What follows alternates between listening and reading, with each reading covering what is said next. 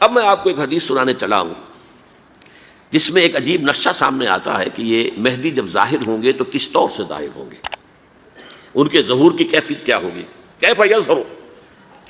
یہ روایت ہے حضرت ام سلمہ سے رضی اللہ تعالی عنہا، حضور کی زوجہ محترمہ ہیں، فرماتی ہیں ام سلمہ عن النبی صلی اللہ علیہ وسلم قال یکون اختلاف عند موت خلیفۃ۔ حضور نے فرمایا ایک خلیفہ کی موت پر اختلاف واقع ہو جائے گا، خانہ جنگی ہو جائے گی۔ فَيَخْرُجُ رَجُلٌ مِّنْ أَهْلِ الْمَدِينَةِ حَارِبًا إِلَى مَكَّةَ، پھر مدینے کے لوگوں میں سے ایک شخص نکلے گا، بھاگے گا اور جا کر پناہ لے گا اور چھپ جائے گا مکے میں۔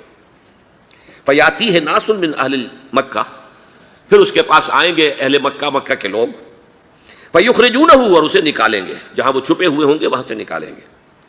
وَهُوَ كَارِهٌ، اور وہ بالکل اس کو پسند نہیں کر رہے ہوں گے، نہ وہ خواہش مند ہوں گے کہ ان کو ہاتھ پر بیعت کی جائے، نہ وہ یہ چاہیں گے کہ وہ میدان میں آئیں اور ان کو جو ہے اپنا لیڈر مانا جائے۔ وَهُوَ كَارِهٌ فَيُبَايِعُونَهُ بَيْنَ الرُّكْنِ وَالْمَقَامِ، لیکن لوگ جو ہے پھر اصرار کے ساتھ ان کے ہاتھ پر بیعت کریں گے رکن اور مقام کے درمیان۔ رکن وہ کونا ہے خانہ کعبہ کا جس میں حجر اسود لگا ہوا ہے، اور مقام ابراہیم جو ہے، ان دونوں کے مابین جو یہ علاقہ ہے یہاں پر وہ بیعت ہوگی۔ وَيُبْعَثُ إِلَيْهِ بَعْثٌ مِّنَ الشَّامِ، ان کے خلاف ایک لشکر بھیجا جائے گا شام سے۔ نہیں کہا جا سکتا کہ باسی حکومت اس وقت کی جو ہے اس کی طرف سے کوئی مسئلہ اس طرح کا اٹھ کھڑا ہو، اس لیے کہ ابھی تو بہرحال باسی حکومت وہاں ہے۔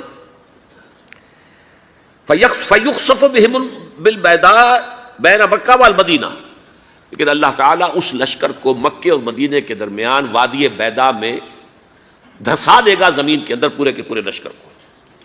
فَإِذَا رَأَى النَّاسُ ذَلِكَ، جب لوگ یہ دیکھیں گے کہ اتنی بڑی نشانی ظاہر ہو گئی، أَتَاهُ أَبْدَالُ الشَّامِ وَعَصَائِبٌ من العراق فَيُبَايِعُونَهُ، اب شام سے سارے کے سارے جو اولیاء اللہ ہیں وہ بھی آئیں گے، اور عراق سے جوق در جوق لوگ آئیں گے اور ان سے بیعت کریں گے۔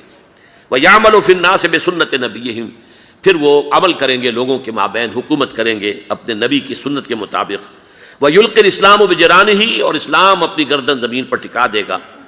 وَالْأَرْض فِي الْأَرْض، زمین میں۔ فَيَلْبَسُ 7 سنین، پھر وہ 7 برس تک حکمران رہیں گے۔ ثُمَّ يُتَوَفَّى، پھر ان کا انتقال ہوگا۔ وَيُصَلِّي عَلَيْهِ الْمُسْلِمُونَ، اور مسلمان ان پر نماز پڑھیں گے۔ یہ جو میں نے آپ کے سامنے نقشہ کھینچا ہے، اس سے اب میں ایک نتیجہ نکالتا ہوں، اسے بھی میرا گمان کہیے، اختلاف بھی کر سکتے ہیں آپ، اگر اس کو وزنی سمجھے تو قبول بھی کر سکتے ہیں۔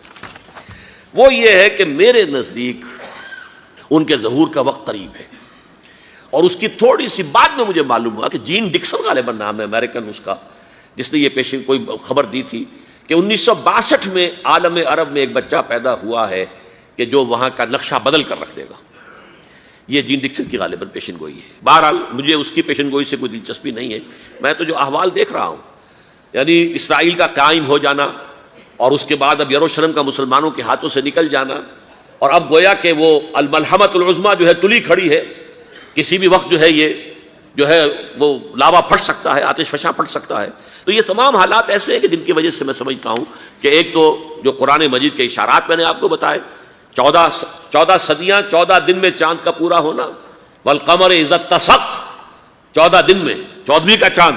اسی طرح اب یہ 14 صدیوں کے بعد یہ صدی جو 15ویں صدی ہے، یہ در حقیقت ظہور امام مہدی کی صدی